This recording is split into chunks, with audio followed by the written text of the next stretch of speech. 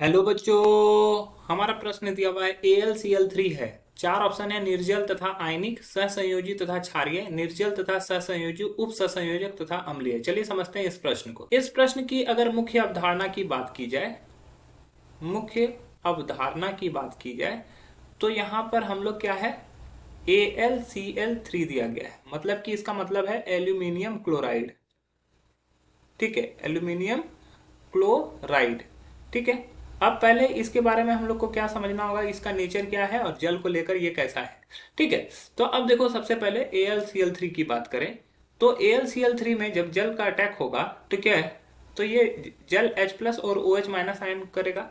चूंकि Al क्या होता है, बहुत ज्यादा विद्युत धनात्मक है। ठीक है, विद्युत धनात्मक है और हाईली चार्ज होता है। तो विद्युत धनात्मक होने की वजह से ये क्या करता है, OH को अट्रैक्ट करता है।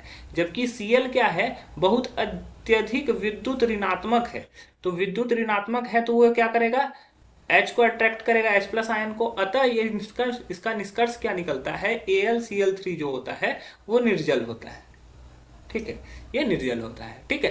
अब AlCl3 आयनिक ये होता है या फिर सहसंयोजी होता है या उप सहसंयोजक होता है। तो AlCl3 के बारे में अगर बात करें तो Al क्या होता है, Al+3 बनाता है। जबकि Cl माइनस चार्ज, और Cl के बाह्यतम कक्षा में बहुत ज्यादा इलेक्ट्रॉन होता है, इलेक्ट्रॉन क्लाउड बहुत होता है। तो क्या होता है कि Al के जब चारों तरफ क्लोरीन होता है, ठीक है, ये क्लोरीन है, यहां पर भी क्लोरीन है। ठीक है, इन सभी के पास बहुत ज्यादा इलेक्ट्रॉन है, इलेक्ट्रॉन घनत्व तो बहुत अधिक है। तो क्या होता है, एल्युमिनियम के बाह्यतम कक्षा में इलेक्ट्रॉन का क्लाउड रहता है, जिसकी वजह से यहाँ से इलेक्ट्रॉन क्या होता है, शेयर हो जाता है। क्या हो जाता है, यहाँ से शेयर हो जाता है। और इलेक्ट्रॉन अगर शेयर होगा तो ये क्या होगा, फिर से ये स्ट्रक्चर बनाता है जिसमें ये Cl और Cl इस प्रकार से जुड़ता है। दूसरा एल्युमिनियम ये Cl और Cl बनाकर जुड़ता है। तो यानी कि इन लोगों का अष्टक कंप्लीट नहीं हो पाता इस वजह से।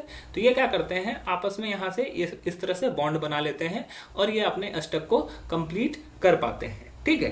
तो इस तरह से ये जो बॉन्ड बन रहा है यहाँ पे, ये किस तरह का है, सहसंयोजी है। क्योंकि यहाँ पर इलेक्ट्रॉनों का क्या होता है, स्थानांतरण नहीं होता, जबकि इलेक्ट्रॉनों का साझा होने लगता है। ठीक है।